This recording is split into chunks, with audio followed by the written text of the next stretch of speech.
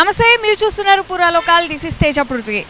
హైదరాబాద్ అనగానే మెయిన్గా గుర్తొచ్చేవి చాలామందికి ఐటీ బిల్డింగ్స్ కానీ, ట్రాఫిక్ కానీ, రోడ్స్ కానీ ఇలాంటివి చాలా ఉన్నాయి. కానీ మీకు తెలియని హైదరాబాద్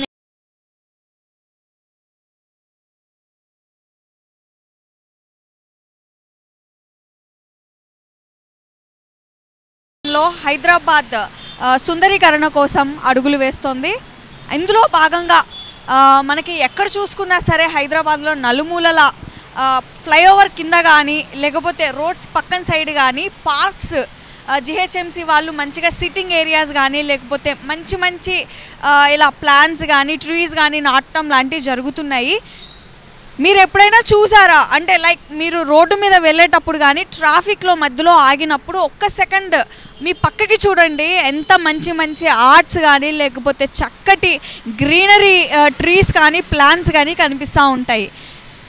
సో ఈరోజు నేను మీ దగ్గరకు వచ్చేసాను. ఈ హైదరాబాద్లో అసలు జిహెచ్ఎంసీ వాళ్ళు ఎలా డెవలప్మెంట్ చేస్తున్నారు, ఏంటి, ఇంకా ఎలాంటి పెయింటింగ్స్ వేయబోతున్నారు, వేశారు అన్న విషయాలన్నీ నేను మీతో చెప్తాను.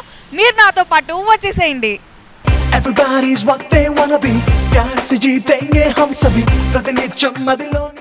సరదాగా ఇప్పుడు మనము ఈ పిల్లర్స్ మీద వేసిన పెయింట్స్ గురించి మాట్లాడుకుందాం. బేసికల్లీ చిన్నపిల్లలకి స్కూల్కి వెళ్ళే కిడ్స్ ఎవరైతే ఉంటారో ఈ పాత్ మీద మంచిగా చూస్తారు, సరదా పడతారు. ఫ్యూచర్లో నేను కూడా ఇలా అవ్వాలి అని చెప్పేసి కలలు కంటూ ఉంటారు. బేసికల్లీ మనందరం అలాంటి కనే వచ్చాం కదా. సో ఇక్కడ కనిపిస్తున్న ఆర్ట్స్ గురించి నేనైతే ఈరోజు మీతో చెప్పబోతున్నాను. సో మీరు కూడా చాలా ఇంట్రెస్టింగ్గా వినేసేయండి. ఇక్కడ కనిపిస్తుంది మనకి fire man. So fire man అంటే తెలియని వాళ్ళంటూ ఎవరూ ఉండరు. చిన్నపిల్లలకు కూడా ఫైర్ మ్యాన్ అంటే అవగాహన ఉంది.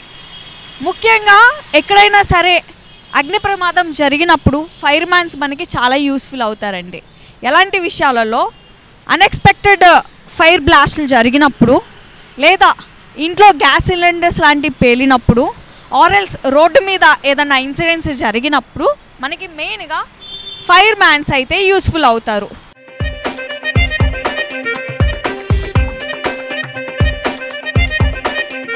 దగ్గర నెక్స్ట్ ఆర్ట్ వచ్చేసి Indian navy and Indian army. So obviously అందరికీ తెలిసిందే, ఇండియన్ ఆర్మీ అంటే మన దేశం కోసం బోర్డర్ దగ్గర పనిచేసే వాళ్ళు ఇండియన్ ఆర్మీస్ సోల్జర్స్ ఉంటారు. మన కోసం, మన దేశం కోసం వాళ్ళ ప్రాణాలను సైతం లెక్క చేయకుండా అక్కడ వాళ్ళు మన కోసం వర్క్ చేస్తూ ఉంటారనమాట. చాలా సినిమాలలో చూసే ఉంటారు మీరు ఇండియన్ ఆర్మీస్ గురించి. అండ్ రీసెంట్గా వచ్చిన అమరన్ సినిమాలో కూడా చూసే ఉంటారు అసలు who is the Indian soldier అని చెప్పేసి. మన కోసం, మన ఫ్యామిలీ కోసం, మన దేశం కోసం కష్టపడుతూ ప్రతి క్షణం చావుని కూడా లెక్క చేయకుండా, చావుని సైతం లెక్క చేయకుండా ఇండియన్ బోర్డర్ దగ్గర మన కోసం ప్రతి క్షణం పనిచేస్తున్న ఇండియన్ ఆర్మీస్కి ఒక్కసారి మనందరి తరపున సెల్యూట్ చేద్దాం. ఎస్, అండ్ ఇంకా మన దగ్గర చాలా ఆర్ట్స్ ఉన్నాయి, వాటి దగ్గర కూడా వెళ్ళి చూద్దాం.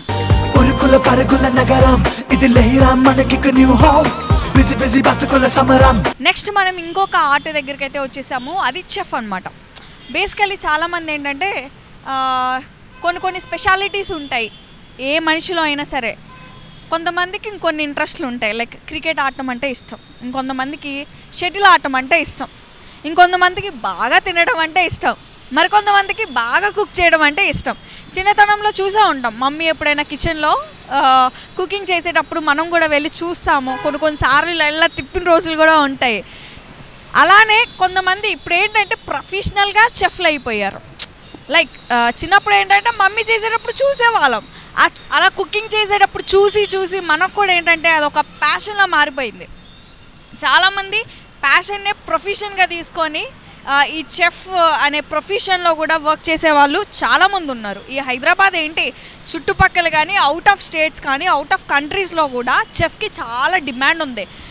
మీరు చూసుకుంటే ఇక్కడ విమెన్ చెఫ్ ఉందన్నమాట.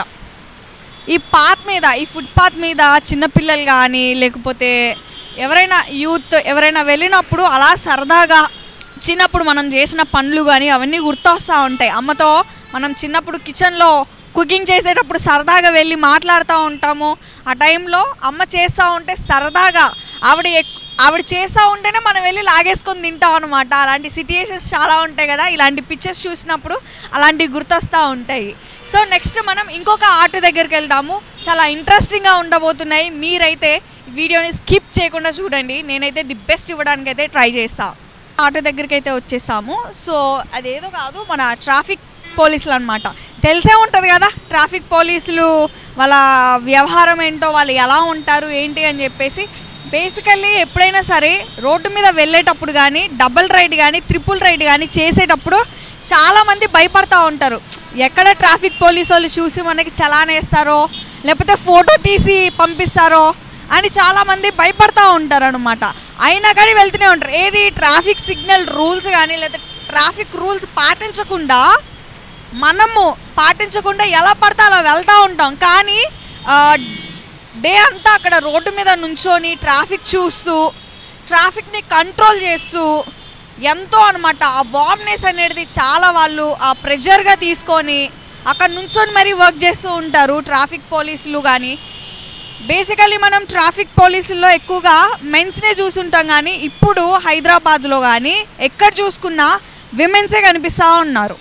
ఇలాంటి వాటిల్లో కూడా నిజంగా అవకాశం ఇచ్చినందుకు చాలా మంచిదని చెప్పుకోవాలి. ఇలాంటి వాటిల్లో కూడా విమెన్స్ అన్ని చోట్ల ముందుండాలి అని నేను నిజంగా కోరుకుంటున్నాను.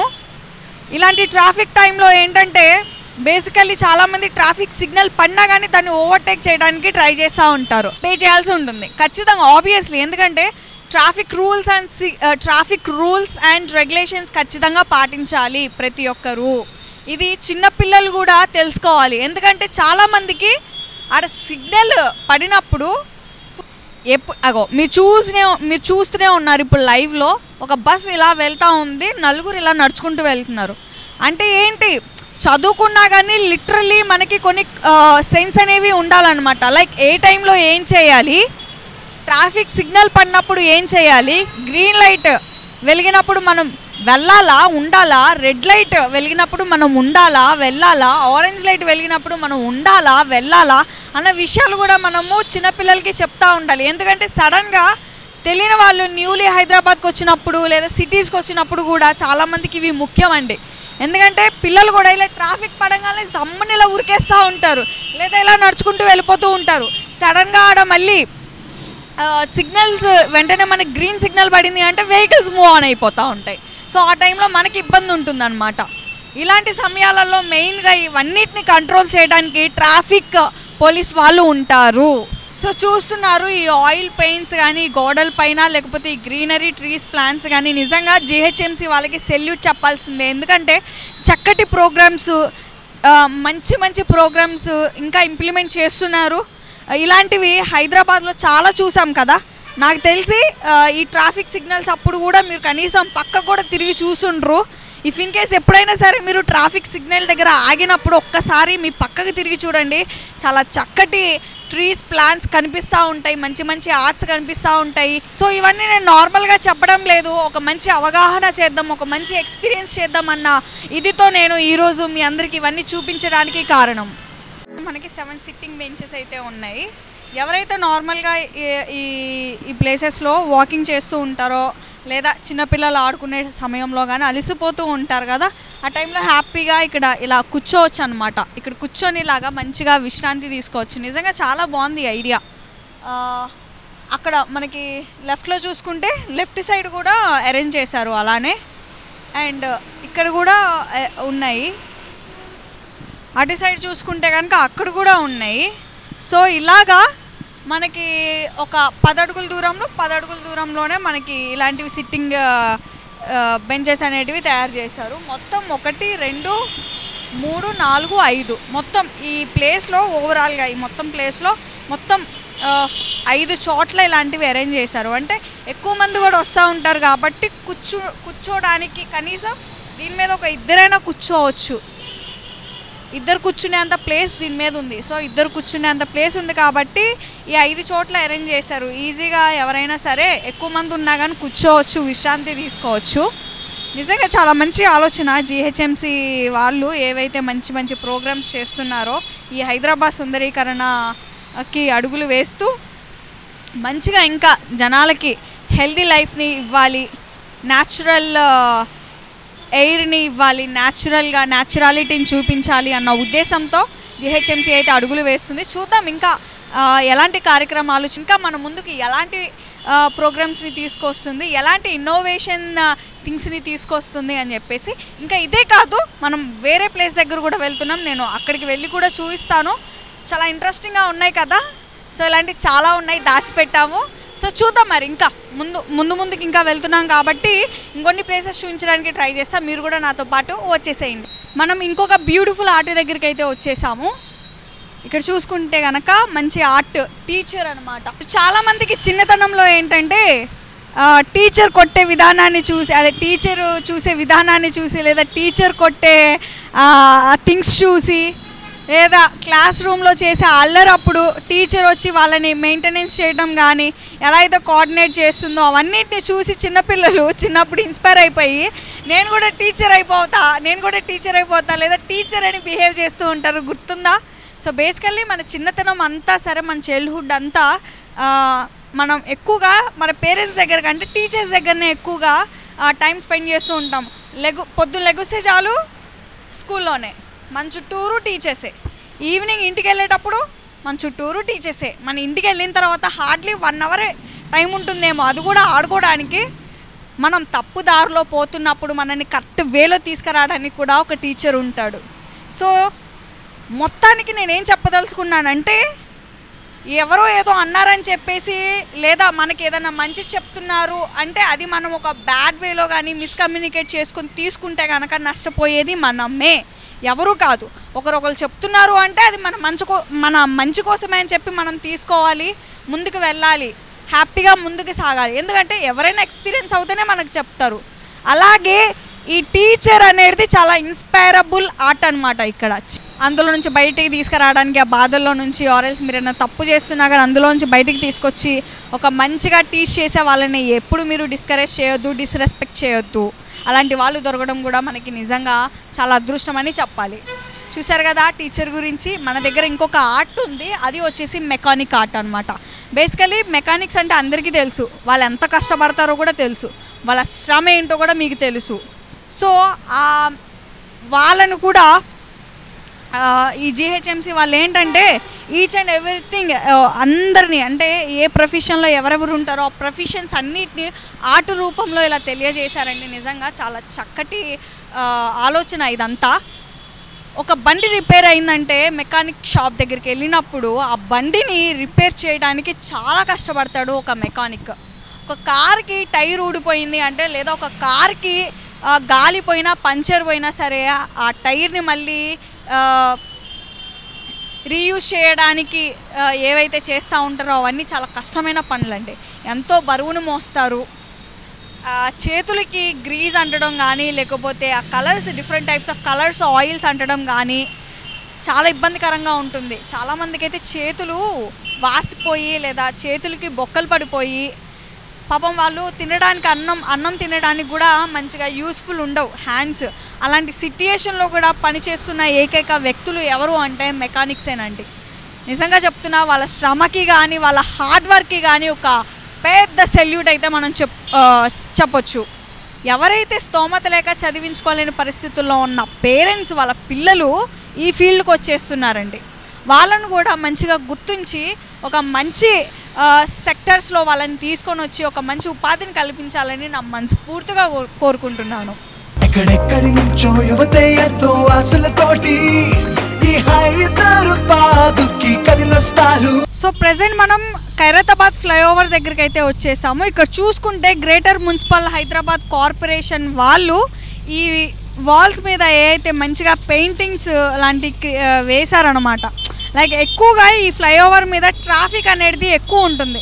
నిత్యం ఎప్పుడు చూసినా సరే ట్రాఫిక్తో నిండిపోయి ఉంటుంది. మీరు విజువల్స్లో చూసుకోవచ్చు, ట్రాఫిక్ నిత్యం ఎప్పుడూ ఉంటుంది. ఎక్కువ ఉన్న సమయంలో ఒక్కసారి మీరు ఎప్పుడైనా సరే మీ రైట్ సైడ్కో కానీ లెఫ్ట్ సైడ్కో కానీ చూడండి, మంచి మంచి ఆర్ట్స్తో మీకు కనిపిస్తూ ఉంటాయి. ఇక్కడ చూసుకుంటే కనుక భలే ఇంట్రెస్టింగ్గా ఉంది చూడండి. ఇక్కడ సరోజినీ నాయుడు గారు ఉన్నారు. కింద చూసుకుంటే ఒక క్యూఆర్ కోడ్ ఇచ్చారనమాట. అసలు క్యూఆర్ కోడ్ ఎందుకు ఇచ్చారు, తిన ఆర్ట్ కింద క్యూఆర్ కోడ్ ఎందుకు ఉంది అన్న విషయాన్ని ఇప్పుడు మనం తెలుసుకుందాం. నా చేతిలో ఫోన్ ఉంది, నేను ఒక్కసారి ఆ క్యూఆర్ కోడ్ని స్కాన్ చేస్తా, అసలు ఏముంటుంది ఏంటి అన్న విషయాన్ని ఇప్పుడు మనం చూద్దాం రండి. సో ఒకసారిగా మనం ఇలా స్కాన్ చేయాలి. గూగుల్లోకి వెళ్ళి గూగుల్ స్కానర్తో స్కాన్ చేస్తే మనకి ఇలా లింక్ వస్తుంది. సో చూసారు కదా, సరోజిని నాయుడు గారి గురించి ఫుల్ ఇన్ఫర్మేషన్ ఇక్కడ మనకుంది.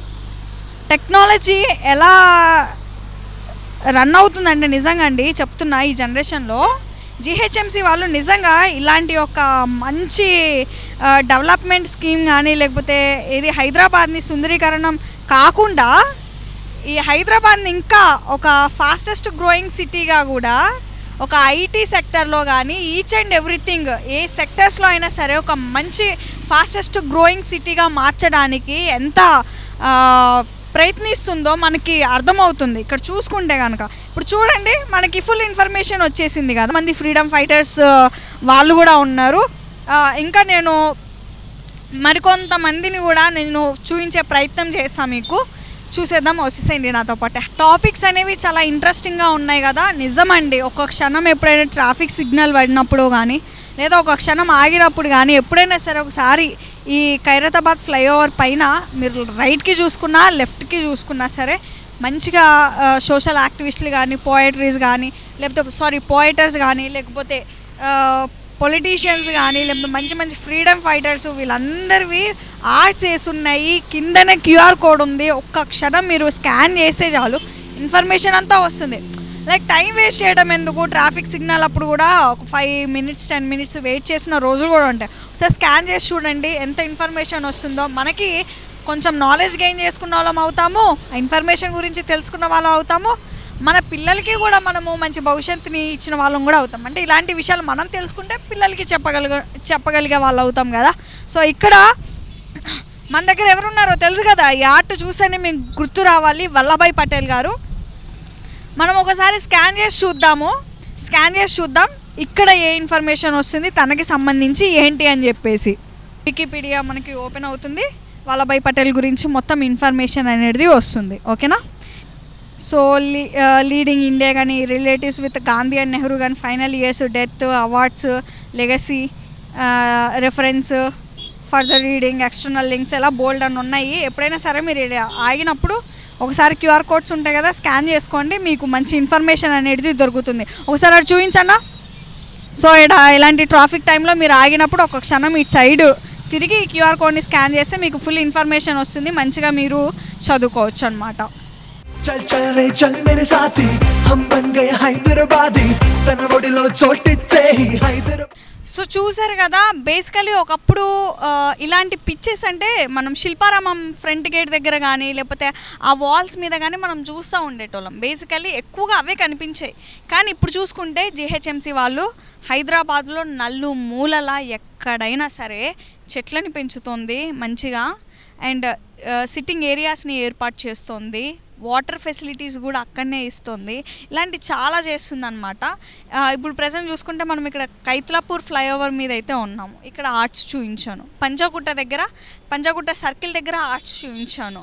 అండ్ తర్వాత మనకి ఖైరతాబాద్ ఫ్లైఓవర్ దగ్గర కూడా ఫ్రీడమ్ ఫైటర్స్ కానీ లేకపోతే సోషల్ యాక్టివిటీస్ కానీ లేకపోతే పోయట్రీస్ వాళ్ళ గురించి కానీ ఉన్నాయి. అవి కింద క్యూఆర్ కోడ్ పెట్టారు, దాన్ని ఎలా స్కాన్ చేసుకోవాలి, వాళ్ళ ఇన్ఫర్మేషన్ని మనం ఎలా తెలుసుకోవాలి అనేవి కూడా నేను మీకు చూపించాను. సో ఇలానే అండి, చూద్దాం ఇంకా జిహెచ్ఎంసి ప్రజెంట్ అయితే మంచి మంచి వర్క్స్నే మంచి ప్రోగ్రామ్స్ని ఇంప్లిమెంటేషన్ చేస్తుంది, కొత్తగా ఇన్నోవేషన్స్ తీసుకొస్తుంది.